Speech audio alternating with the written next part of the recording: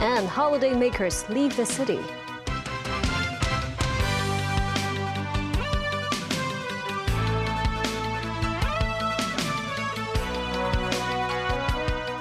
It's Christmas Day today. As of 4 p.m., 713,000 people departed from the SAR today, and 177,000 entered the city. Anticipating the departure number in this holiday season to peak today, the Immigration Department has deployed additional manpower at various border crossings. Kickstarting the two-day public holidays with a bustling scene at the West Kowloon high-speed rail station. Travel rush with children too, as many families chose to take a vacation up north. Tickets for multiple trains bound for longer haul destinations on the mainland are sold out. They include Beijing, Tianjin, and Zhanjiang. They can spend a holiday at a lower price. It is also easier to take the high-speed rail to the north than to travel by plane. Mr. Chung here is heading to Zhaoqing in Guangdong province and is expecting to spend less than $1,000 per day on his trip. Mr. Choi is traveling to Xiamen. He said he tries to get a feel for what Christmas is like on the mainland, noting it's easier to travel up north as flights to destinations such as Taiwan and Thailand are rather full. The travel rush began last Saturday. Over the 4 days until Christmas Eve, an average of nearly 600,000 people departed from Hong Kong every day. Among them, some 300,000 to 400,000 are Hong Kong residents. Most travel to the mainland. The Immigration Department has anticipated Christmas Day would witness the highest number of land departures from Hong Kong. The number of homebound trips back to Hong Kong is expected to peak on Sunday, with about 626,000 people set to enter the SAR. Throughout the Christmas and New Year's Day holidays, more than 13 million passengers are expected to enter and exit Hong Kong through various control points. Meanwhile, many Hong Kongers decided to spend this Christmas in Macau, where they will be treated to a 50-minute fireworks performance at 9 p.m. A large Christmas tree placed in the middle of Senado Square gathered crowds of residents and tourists alike, while many flocked to souvenir shops in the touristic region of Taipa. This as immigration authorities recorded some 30,000 Hong Kong residents traveling to the enclave today via the Hong Kong-Zhuhai-Macau Bridge, the Hong Kong-Macau Ferry Terminal and China Ferry Terminal. Meanwhile, representatives of Macau's hotel sector said hotel occupancy rates throughout the Christmas holidays reached 90%. Chief Executive John Lee held a Christmas party at Government House for participants of the Community Living Room program. John Lee and his wife Janet Lam, together with parents and children, made Christmas wreaths and wrote greeting cards. The Community Living Room scheme is a poverty alleviation measure aimed at providing additional living space to subdivided unit households.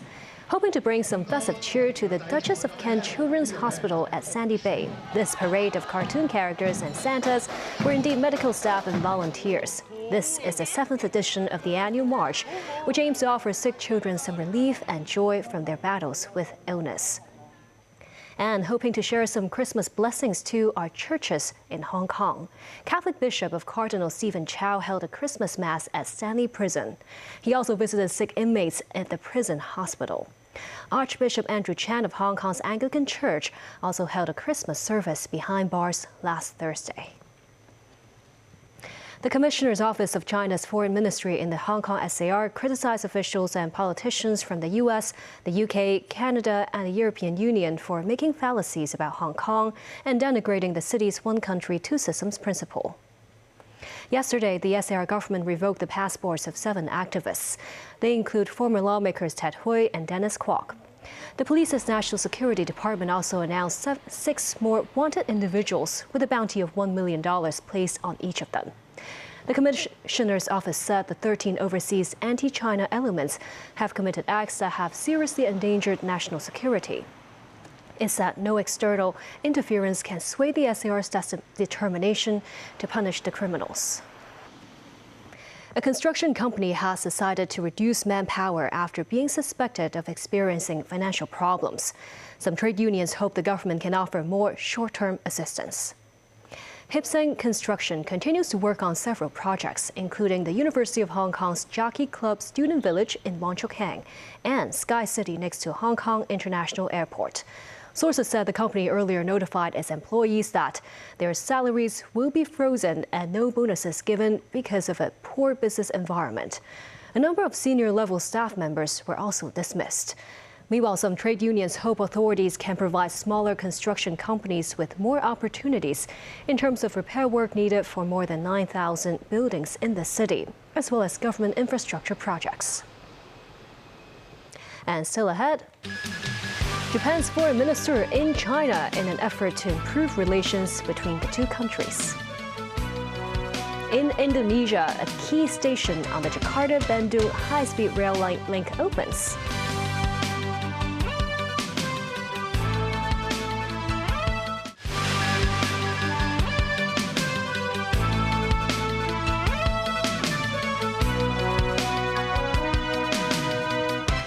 Welcome back. Premier Li Qiang and Foreign Minister Wang Yi met with Japanese Foreign Minister Takeshi Iwaya in Beijing today in an effort to make positive inroads in China-Japan relations. Iwaya's one-day visit to the capital on China's invitation is his first since assuming his role in October. Daniel Rao tells us more. Premier Li Qiang and Foreign Minister Wang Yi held talks with visiting Japanese Foreign Minister Takeshi Iwaya in Beijing. During their meeting, Li said currently China-Japan relations are at a critical period of improvement and development. Li stressed China is willing to work together with Japan to move towards the important direction proposed by the leaders of the two countries.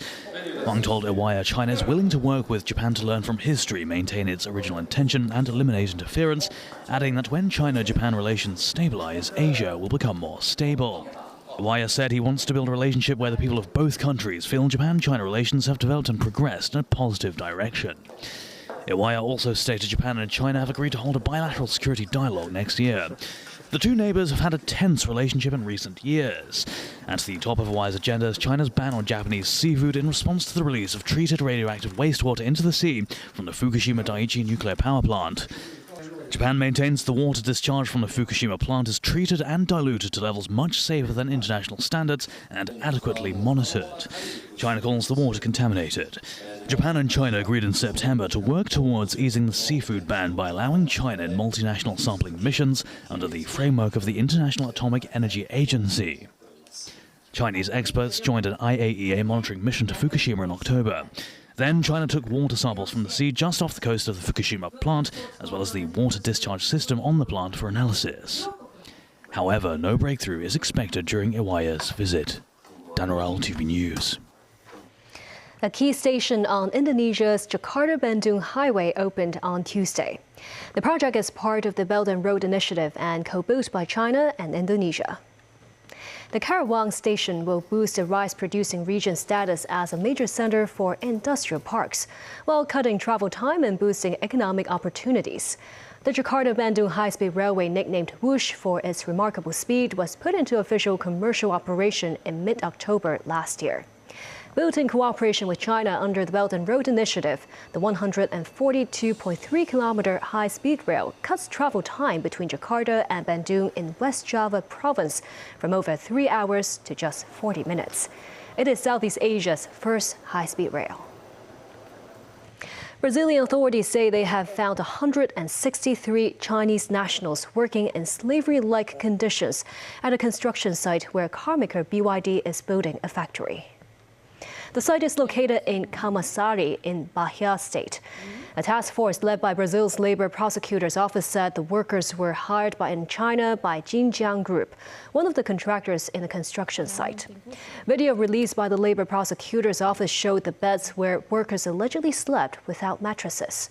They had no cupboards for their personal belongings, which were mixed in with food supplies.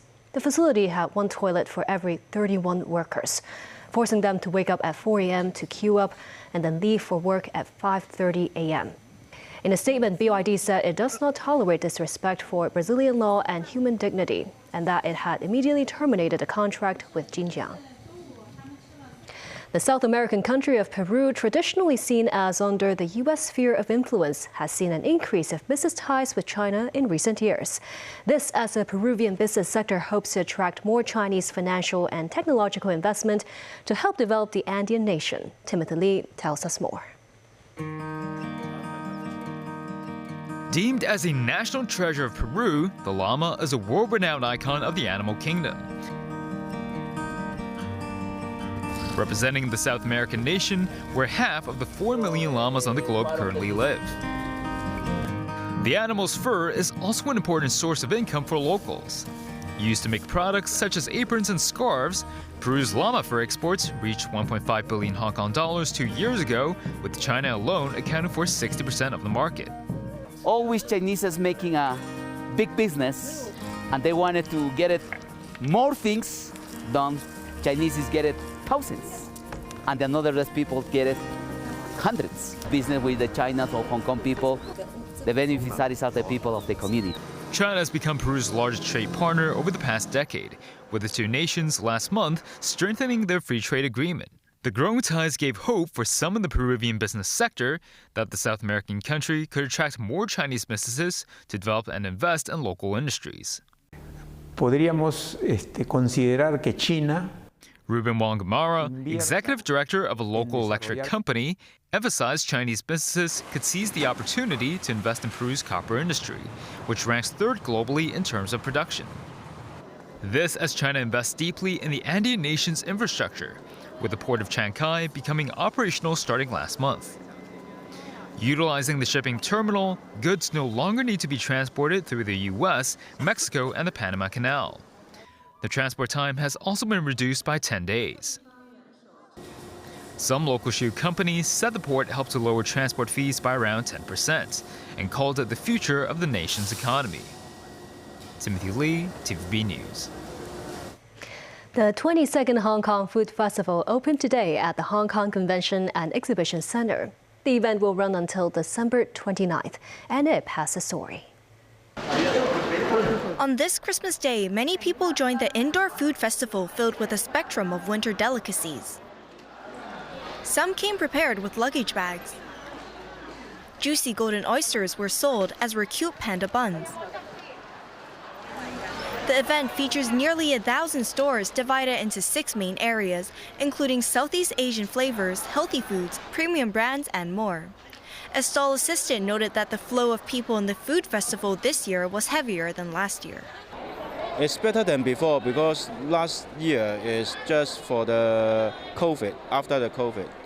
And the Hong citizens don't want to go out too much. But this year, it's more people come to find something to like a play, eat, or find something to entertain themselves. Another stall assistant said they hope to make more profit this time around than last year by offering higher discounts. Currently, we are offering a bit more discounts to stimulate more people buying the product, actually trying it. It's different discounts, so between 20 to 30%, so people can also follow our IG to get a bit more. The discounts, alongside the high quality of goods on offer, has prompted this customer to buy more this year. Around 500 to 1,000. I think I spent more because I saw that they are really in good quality, so we are willing to pay more. Many also brought along their young children to soak in the busy holiday vibes, enjoying the festival as a family.